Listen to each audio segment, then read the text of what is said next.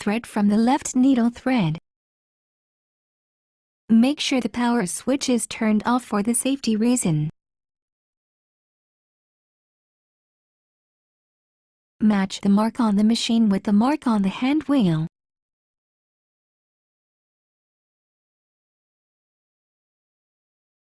Make sure the presser foot lifter is raised. Draw the thread along the notch and pass it through the tension dial.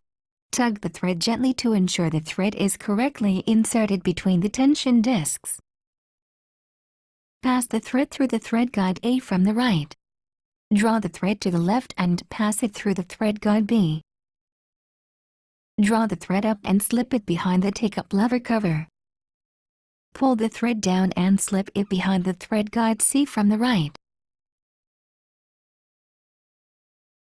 Pass the thread behind the thread guide plate from the left. Pass the thread between the first and second prongs from the left. Pass the thread through the needle bar thread guide from the right. Set the needle threader switch lever to L.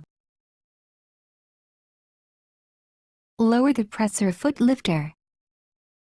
Pull down the needle threader lever as far as it will go. Draw the thread along the guide on the needle threader switch lever from the left and under the hook. Raise the threader lever slowly. Pull the thread loop to take the thread end out to the rear through the needle eye.